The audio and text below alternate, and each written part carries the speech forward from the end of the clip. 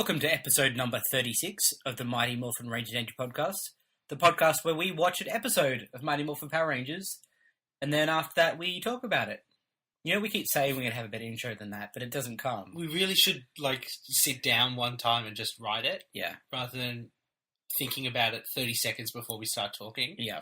Alright, so that's on the agenda. But right now, what we're going to do, well, not right this second, soon, we're going to watch episode number 36 of Mighty Morphin Power Rangers, which is entitled Birds of a Feather, which will be interesting. My understanding is that they flock together. Yeah, that's about as much as I know about birds, except the birds are weird. Two in the hand. No, one in the hand is worth two in the bush. That's birds. What? Bird in the hand is worth two in the bush. That's an expression. What does the expression mean? Have you really never heard that expression? I think I've heard it. I just don't understand it. It's like one bird that you've got Yeah. is better than... Not birds. One thing that you've got is better than two things that you don't have. Okay. That makes sense. Right? But I don't understand why it's about birds. You should I never have assume birds. it's about, chickens or, birds that you catch and kill. Chickens are the worst. I mean, we disagree there. Okay. But anyway. Alright, so Power Rangers. Two birds with... There's lots of expressions about birds. They are, yeah. Kill two of them with one stone. One of them about murdering birds or capturing birds. Lots of expressions about dead birds. Hopefully there'll be no dead birds this week. Well, I expect there's going to be one monster bird that explodes. Yep, so... I'd say that's probably not an unfair guess. Yeah. So, it's just us this week? Yeah, no guests this week. Yeah. Flying solo, except with two of us. We tried, 3 people, but all of them are busy or losers.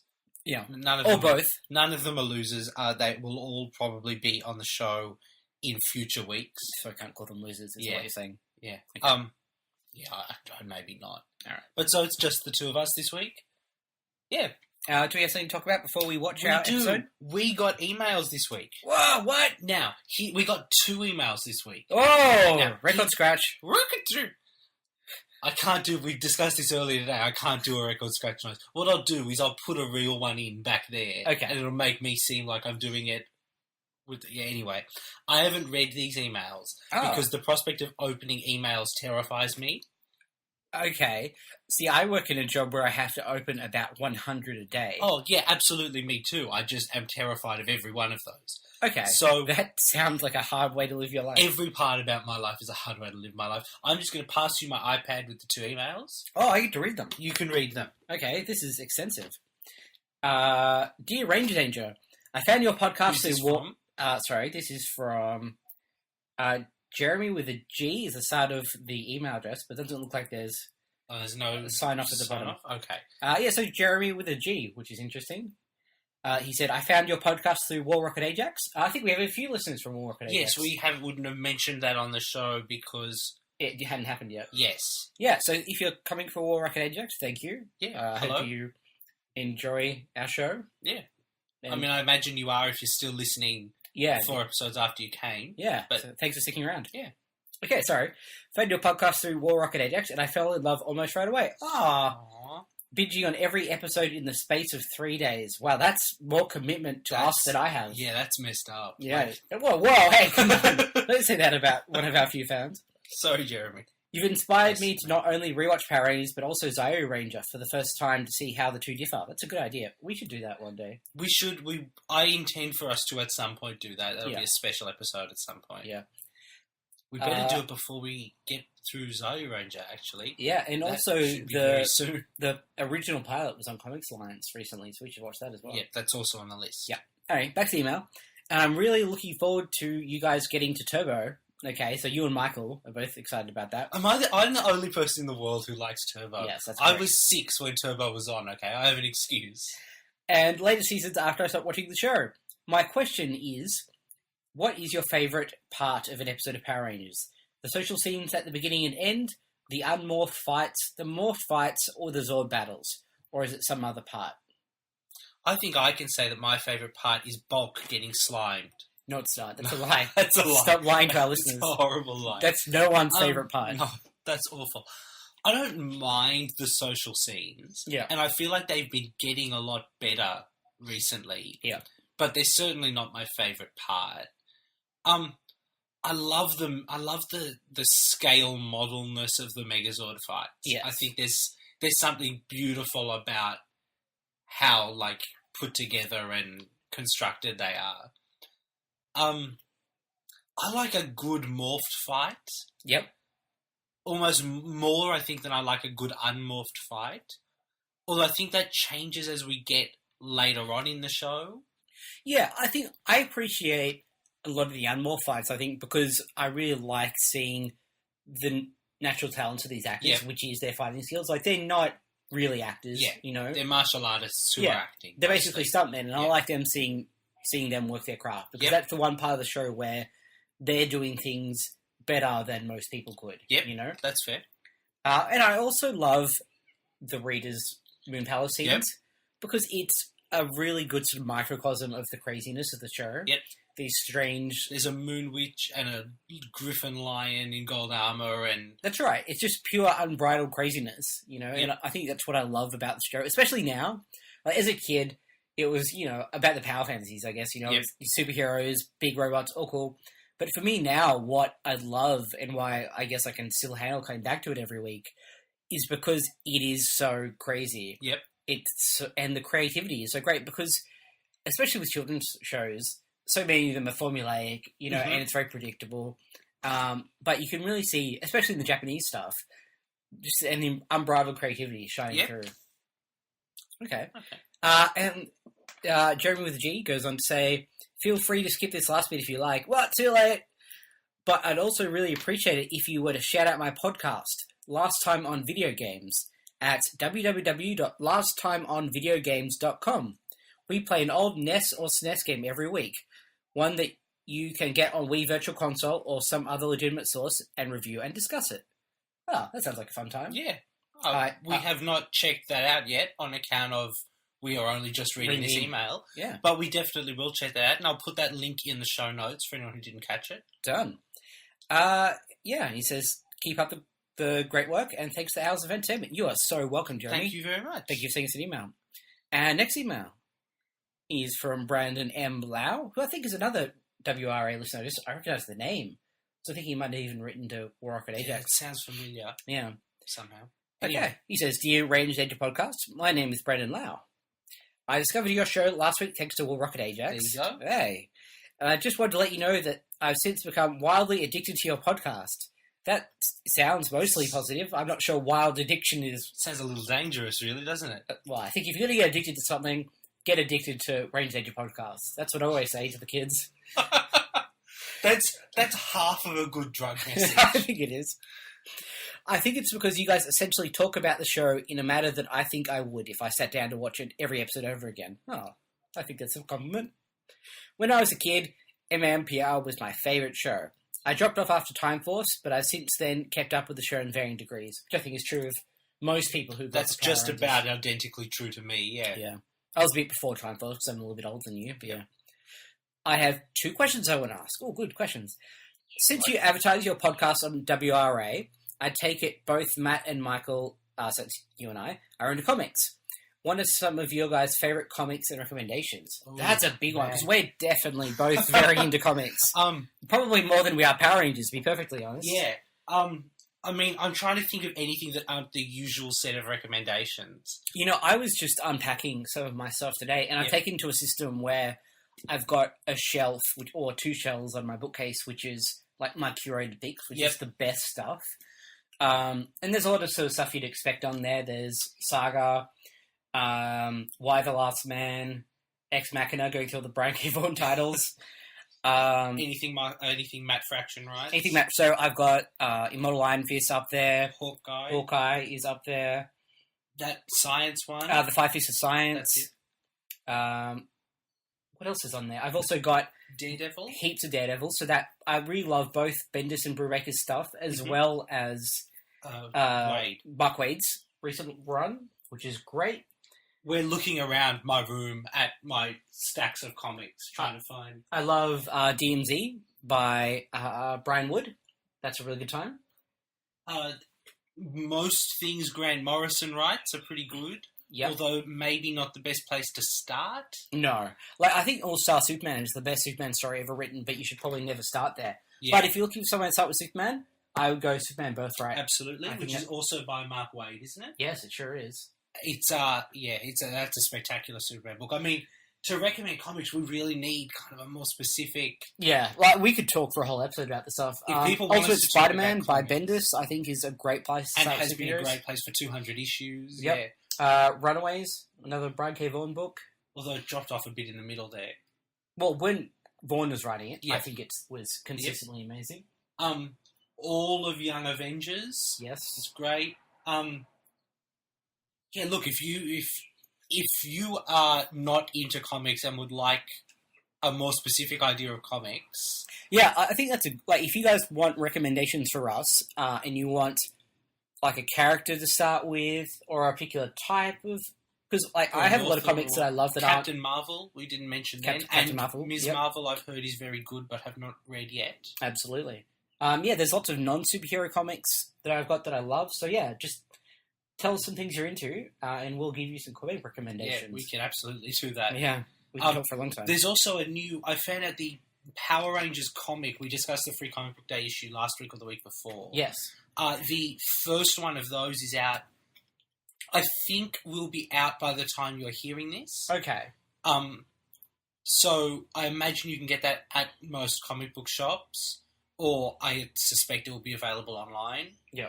We will put again a link to that in the show notes if it's up, a way that you can get a copy of that. And once we have read it, once we get a hold of it, we'll talk about it Absolutely. in a bit more detail.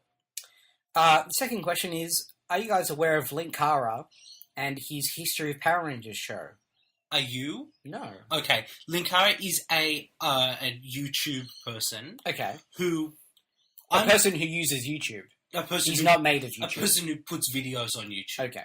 I'm not a really big YouTube person. No, I'm not. Most of the time when I'm working, I'll have like a TV show on my other monitor. And I find videos... It's a pain in the ass to get a video on my other monitor because it's actually another computer that I have to wrangle. And so I don't really bring up YouTube a lot there. Yeah. So I don't watch a lot of YouTube stuff, but I am aware of his stuff. And I know he's been doing a series of History of Power Rangers videos for a long time now. Okay. The answer is, I guess, we are aware of them, but neither of us have seen them. Yeah. And probably will after this. We'll probably check one out and... Yeah, absolutely. Yeah, I think... Yeah, I find I listen to a lot of podcasts because I'm very time poor. Like, I listen to podcasts on the train going from various places to other things, but yeah, not a lot of YouTube because I don't sort of sit down ever to do things. That's Except fair. Record a podcast for you. So you should feel nice. You're a giving gentleman. Right? I am. I've long said that about myself. So Brandon finishes off by saying, love your podcast and keep up the good work. Oh, thank you. We love you, Brandon. We do. Not in a creepy way. 10% creepy.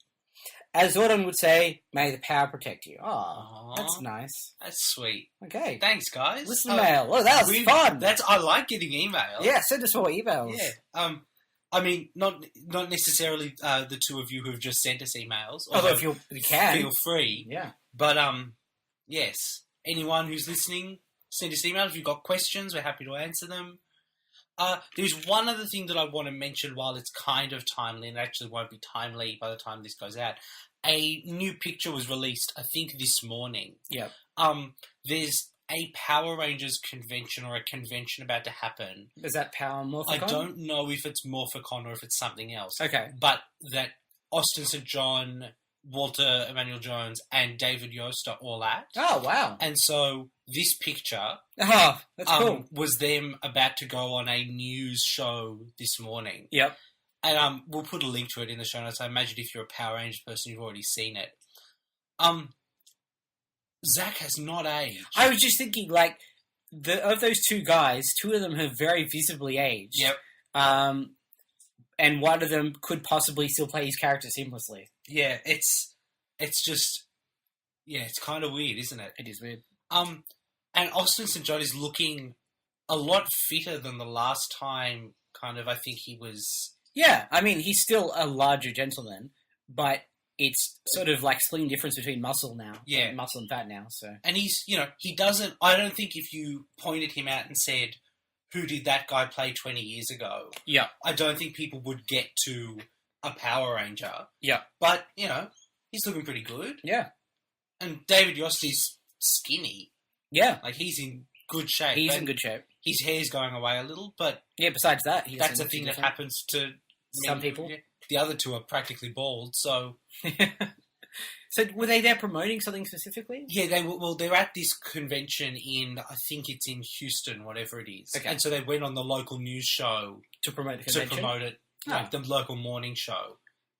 So... Okay. So they're not, like, coming back to Power Rangers or anything? Not that I'm aware of. If right. they are, it's a secret. Okay. That's cool. That would be nice. That would be nice.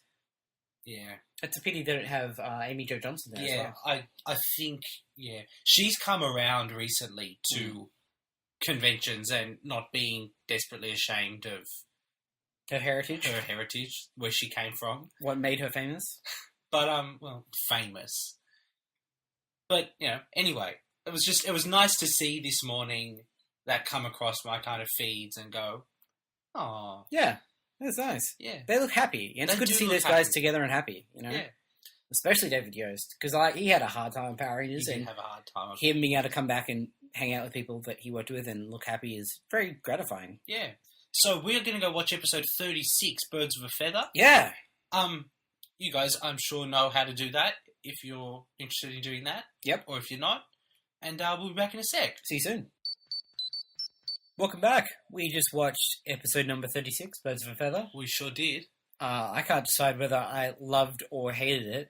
It was nice after we spent all that time talking about what we really liked was the unmorphed fights and the morphed fights. Yes. To have an episode with absolutely none of that. Neither of those things. Let's go from the start? Yeah. Let's dissect this hot mess. Okay, so first of all, in the intro, there was a new Dragonzord bit.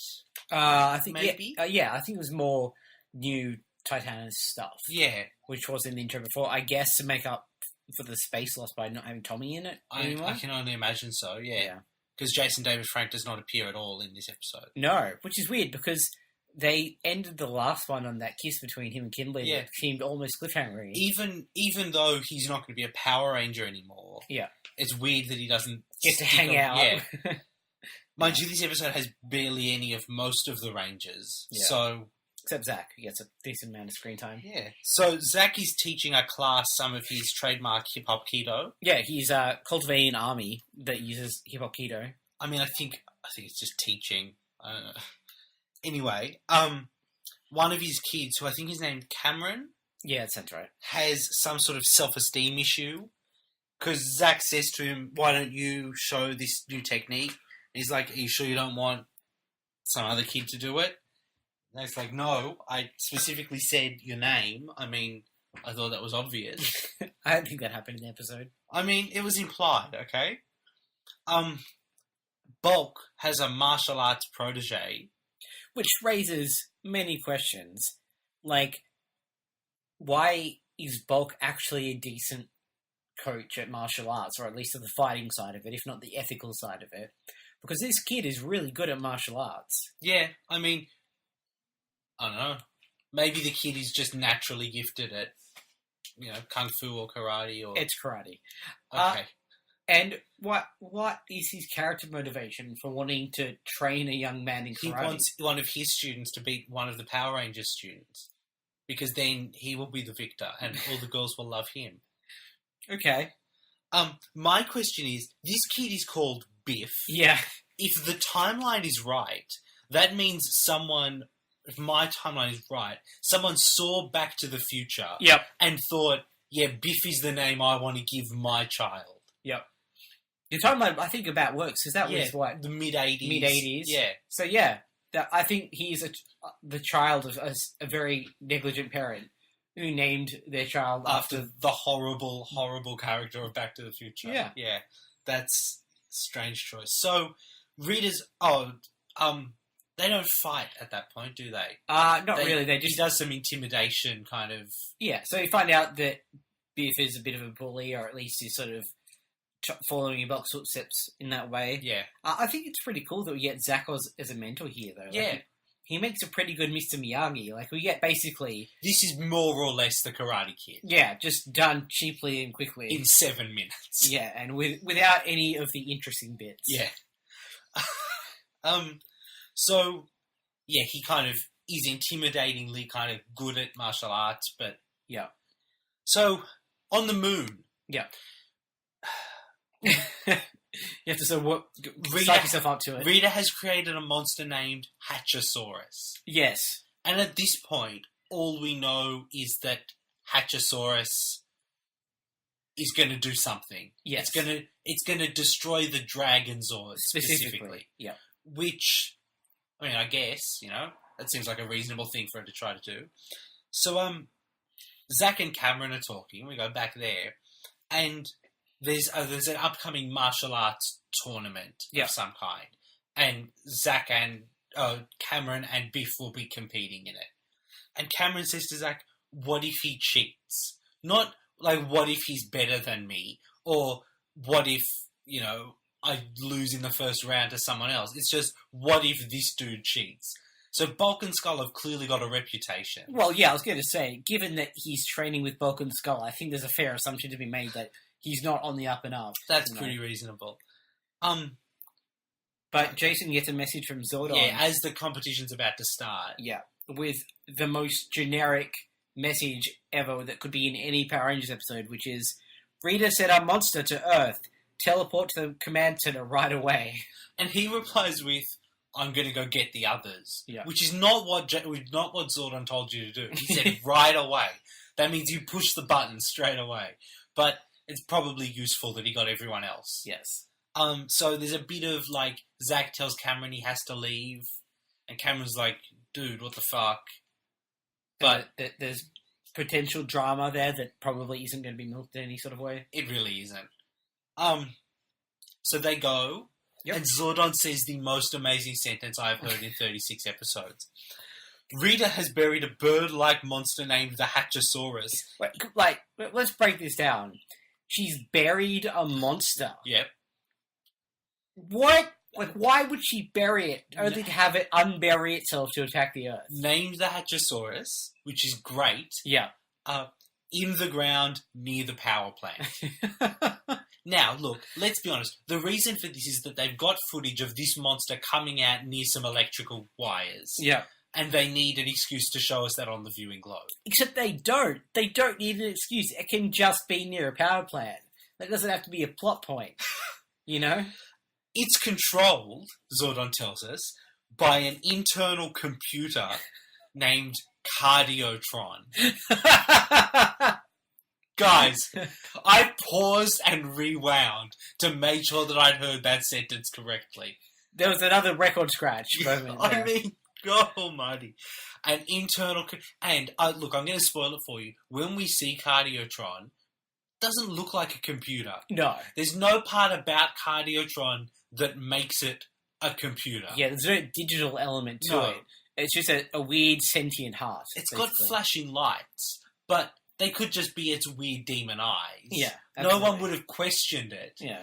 I don't understand why it has to be a computer. Because it's the 90s. It's the internet inside that thing, It's the unknown. And so they have to get inside Hatchasaurus and destroy Cardiotron. Yeah. Because otherwise it won't be destroyed completely. Because for some reason Cardiotron can instantly rebuild Hatchasaurus. Somehow destroying Hatchasaurus with a giant laser sword doesn't destroy Cardiotron. Yeah. Because of reasons. Okay, so straight away, Dinozords. We cut straight to the chase, no problems. Yeah, there's no little Hatchasaurus. It's straight to the big time. Giant Hatchasaurus.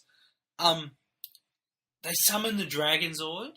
Yeah, and this got me to thinking, because the Dragon Zord always comes out of the water in exactly the same spot.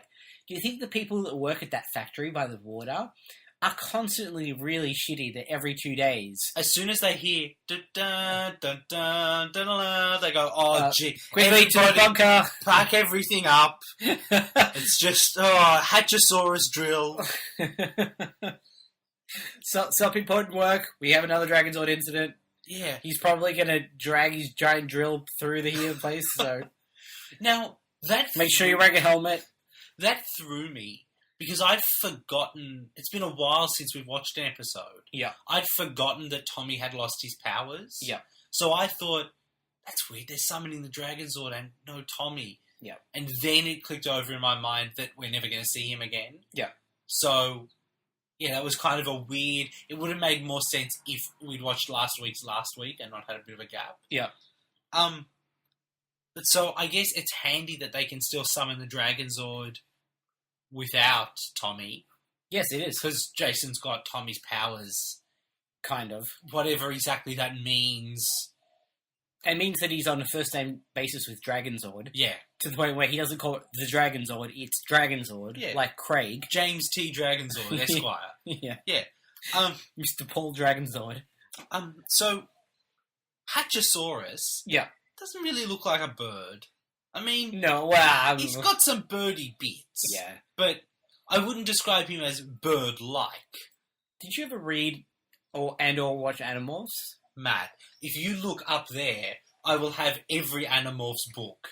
Like, Okay. all of them. So that is a yes. I'm familiar with the Animorphs. Alright, help me out with my pronunciation here. Yeah. Hawkbajir? That's the one. Yeah, he looks like a big Hawkbajir. People give me funny looks when I remember the Hawkbajir. Hawkbajir are cool, man. Especially because they're really nice on the inside. How long is it until Animorphs the movie?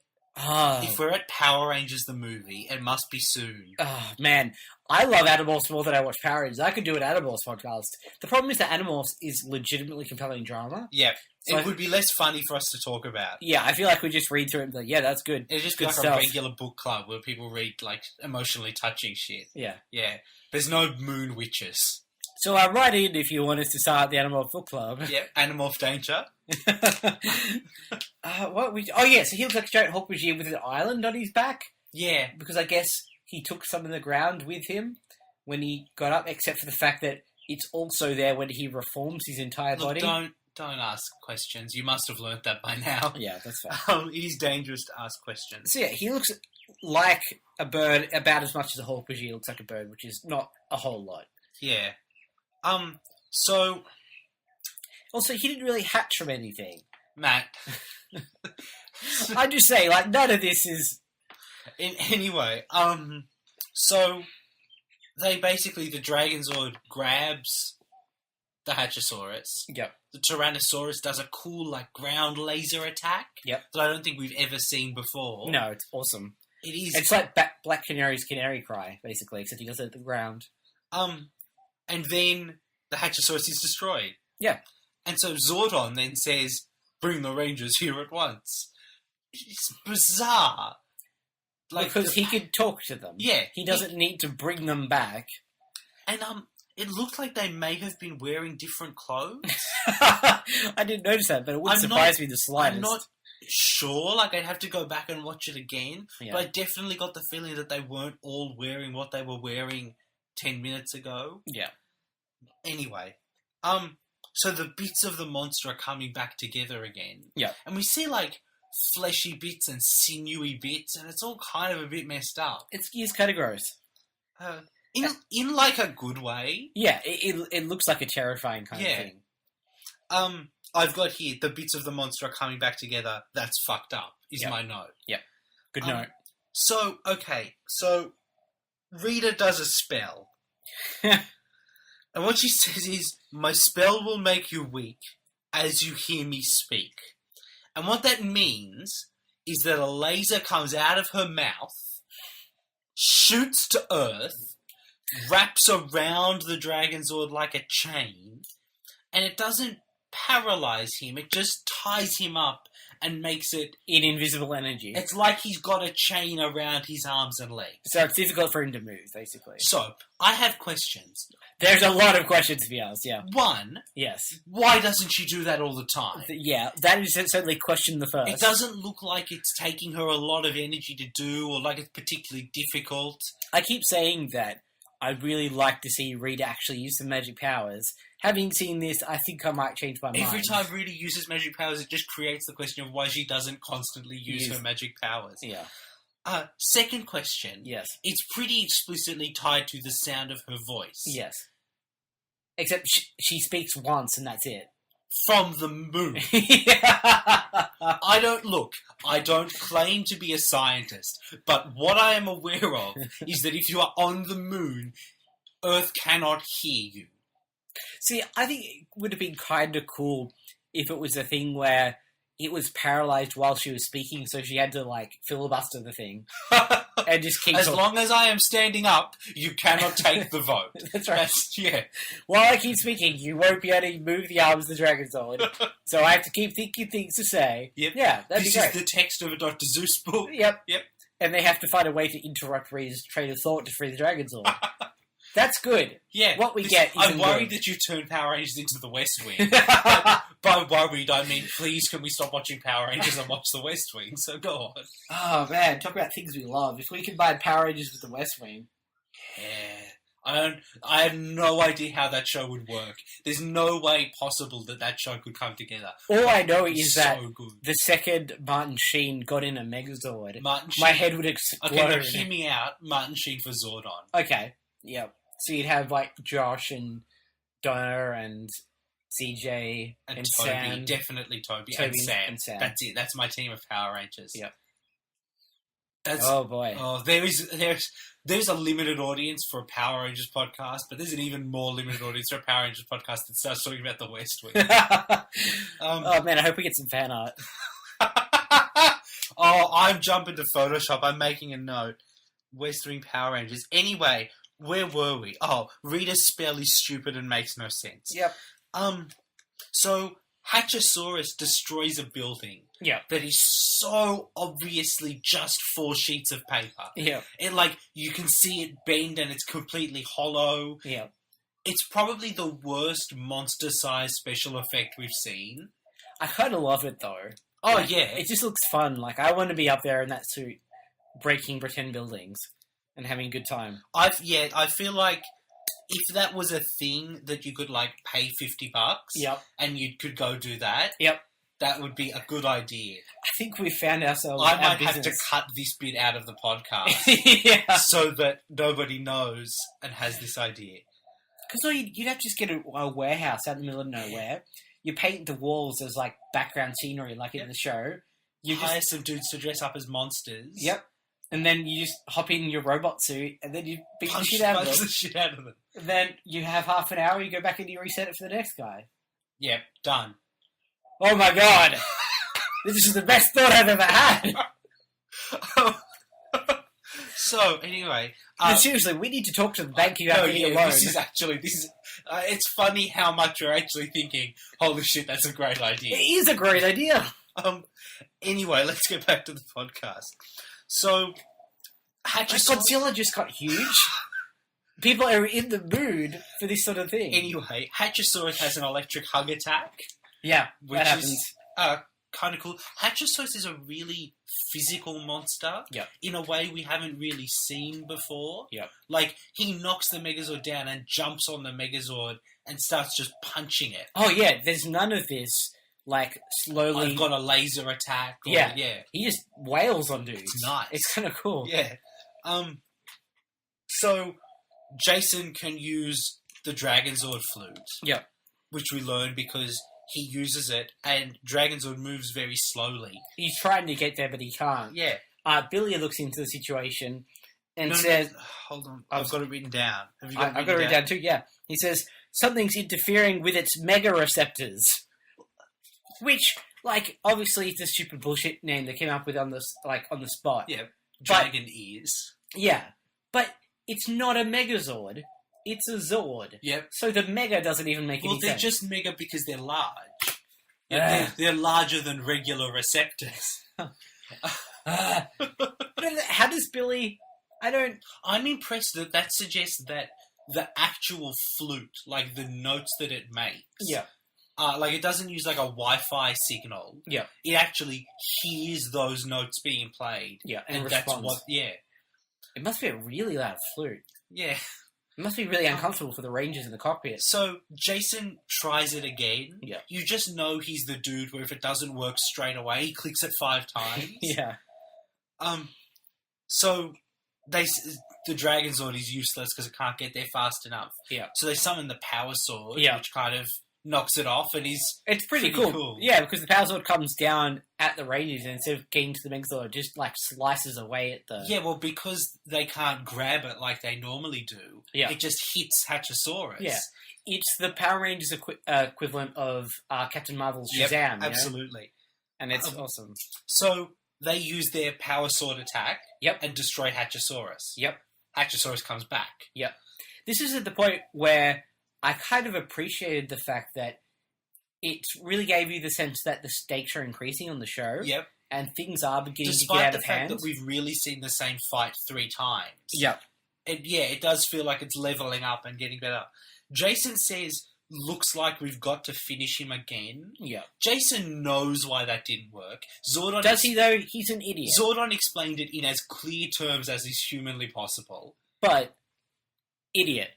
That's... Yeah, okay, fair enough. So, basically, Jason jumps in through Hatchasaurus' mouth. Yeah. And we get some shit. It gets so uncomfortably weird. So, it's your usual Power Rangers kind of tiny room with kind of wavy, gauzy fabric hanging on the walls. Yeah. I think it's a pretty decent representation of the internal organs of a creature for Power Rangers. I mean, for like a $12 budget and a single 2 square foot set, it's pretty good. It's got like tentacly bits dangling. Yeah. And it's all like yellowy orange. Yep. Cardiotron Yep. is hanging from the middle of the room. Yep. He's like a heart cancer with tentacles. Yes. It's like, it's a supremely kind of messed up thing. Yeah, it does not look fun. No. It doesn't look like a Tron either. No. It's a long way from Tron. There's definitely no Daft Punk about to start playing. Oh, that would be so good. Anyway, enough of things that would be better than this show. So, it grabs Jason. Yeah. And is like electro-zapping him, making explosions. What is it with Japan and tentacles, though? Well, they're a pretty good kind of, like, grab you and do horrifying things thing. I guess. They just, I don't know. They look better than arms. If it had arms, that would be weird. Yeah, like good weird, though. I guess. So, and while that's going on, Hatchasaurus is fighting the Megazord. Yeah. And the Dragon Zord has fallen over and has no power. There's nothing it can do. He's fallen and he can't get up. So, Jason uses the Green Ranger's Dragon Zord power. Yeah, he throws around the term Dragon Zord power a lot in this episode. Yep.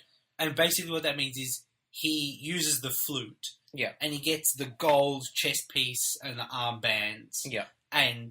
From the Green Ranger's costume. Yes, the Green Ranger's costume. Which is cool. It's a cool look. It is a cool look. I like it.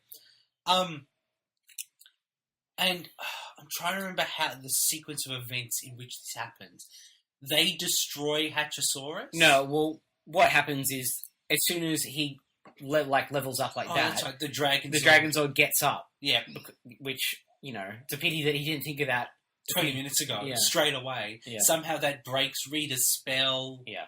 Which maybe that's the reason Rita doesn't do it all the time, because it's very easy to fix, apparently. Yeah. You just have to be wearing a golden shield. That's how I fix most of my life problems. So anyway, Jason calls Hatchasaurus a geek with a beak. Which is a bit mean considering Billy's on the team. Don't use geek as a, derogatory term. I hope that's his, all of his insults are now on rhyme. Like, dork with a fork. Loser with a...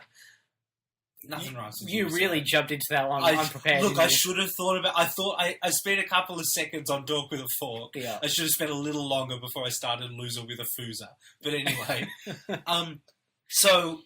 Look, long story short, Jason ends up in a park with Cardiotron. Yeah. And just straight up destroys it. Yeah, he does a cool thing where he gets his power sword out and then also pulls out the Dragon Dagger and the power sword glows red. And the Dragon Dagger glows green. Yeah, and he charges at Cardiotron with his twin, red and green power and slices him up. Yep. To be fair to Power Rangers, which I'm always loath to do, this episode does do a really good job of following up on the idea of Jason getting the powers last episode. You know, like you can't say that they didn't do anything with the idea of... No, absolutely. If I'd watched last episode and gone, oh, Tommy's gone, but Jason has his powers, what's that going to be like now? Yeah, now we this know. Episode, Yeah, it lays it out. Yep. Goes to a lot of... Yeah, it's a nice level of follow-up. Like, remember the Thunderslingers? Yes. Never saw those again. Yeah, that's kind of cool to see. Oh, no, and then they make the Ultrazord. Yep. And they just blow the shit out of Hatchasaurus. Yeah. I noticed, too, that every single time they roll out the Ultrazord, the last thing the monster does is, like, charge at the Ultrazord in one last-ditch effort to not die. And it's kind of horrible. Yeah. Because you see the monster, like, freak out and be like, no, I'm about to die. I've got 1 second to save my life. No, I'm dead. Yeah. You know? It's a last stand. It is a last stand. Yeah. Poor guys. Poor Hatchasaurus. All he wanted was to be a giant half-bird, half-dinosaur thing with some land on its back that was controlled by a computer heart. He's not as sympathetic as the one with the Goonie bird eggs. No. But, which is much closer to a bird, I'm thinking about it. So anyway, back at the youth centre... Oh yeah, there's humans in the story. Yeah, Cameron has made it to the highest martial arts level. Yeah. Whatever that means. I'm pretty sure that just means he's hit his level cap and it's now level 50. Oh, okay, so he can't level up until they release an expansion. That's right. Right. As far as I can tell, what it means is he's in the finals. Yeah. But why it's not worded like that, I don't know. So, he's up against Biff. Yep. Biff's got a black outfit, so that you know he's the evil one. Oh, so before we get to that, I'd just like to say that they get back and then there's some, like, almost drama about the fact that Zach abandoned this kid. Oh, yeah. What will the kid be like? You know, will he take it okay? Zach turns up and the kid's like, whatever, man. Yeah. Oh. And this game's so close to tapping into that sort of Spider-Man drama of having the heroic responsibilities and that taking away from your personal life and having to be sacrifices. No, it turns out the kid can make it to the finals without Zach. Yeah. And there's no sacrifices to be made and everything works out perfectly. I think they were so close. To proper drama. And they totally miss it. Yeah. So, Biff's in a black outfit, so we know he's the bad guy. Yeah. He and Cameron fight for a bit. Yep. Cameron's kind of losing, but, like... Yeah, he loses 3 and then wins 3, demonstrating that the writers really don't understand dramatic pacing either. I mean, look, let's be honest. I don't quite understand how martial arts competitions work. Yeah. But we've seen about 6 different ones. Yeah. And none of them have made a lot of sense. No. Zach says, use my new leg move, which is about as copyright-free close to sweep the leg as you can get. Yeah. Because it literally is a sweep the leg move. It is. He sweeps that leg. Yeah. And so he wins somehow. So, like, you clearly know that one of the writers on the show watched Back to the Future and The Karate Kid on the weekend. Well, I mean, who doesn't? Not every weekend. Just most weekends. So Cameron says to Zach, are you proud of me? Yeah. And Zach says, I'm proud because you believed in yourself. Which, I mean, on one level, that's like, that's a nice lesson. Like, it's not about having someone else's approval. Yeah. You've got to trust that you yourself are capable of doing the stuff, and that's all you need. Yeah. But on the other level, to just say you're proud of the kid. Yeah, he's worked hard. Yeah, it's okay for you to also be proud of the kid. Yeah. And that's the end of the episode. Oh, no, sorry. Biff, because Bulk and Skull haven't been humiliated yet. Bulk says, why didn't you use my secret technique I taught you? And Biff says, you mean this secret technique? And kicks Bulk in the shin. Yeah, I legitimately thought he was about to get kicked in the balls for a second. Absolutely 100% was expecting it to hit him in the testicles. And I am frankly astonished that it wasn't. I'm astonished too. But so, and that's the end of the episode, more or less. It. This was, pretty solid. I mean... Yes, solid despite itself. Yeah, bizarrely structured. Yeah. Yeah, it's another one of those episodes that it is so crazily structured that you spend half the time trying to figure out what the hell's going on. Yeah. But yeah, like, to its credit, as I said, it does fulfill on the idea of Jason having the dragon powers. Yep. Gives Zach some time in the spotlight, which is nice. Yep. It also has some actually dramatic tension when they can't defeat the monster. And sort of plays into the idea that they've got all their power-ups now, but even that might not be enough all the time. Yeah. Yeah, that was alright. Yeah, I quite enjoyed it. We're getting very close to the end of Zyuranger. Or the end of the Zyuranger footage. Yes. We're not watching Zyuranger. No, which is very exciting, actually. I'm kind of starting to get excited for... How far away are we from new Rangers and or new Zords? New Zords are like 20 episodes away, I think. Okay, it's not too bad. I can make it till then. We're getting close to some like significant landmarks in this show. Okay. So, not long to go. That's been episode 36, Birds of a Feather. There was one bird. He didn't have a feather at all. No.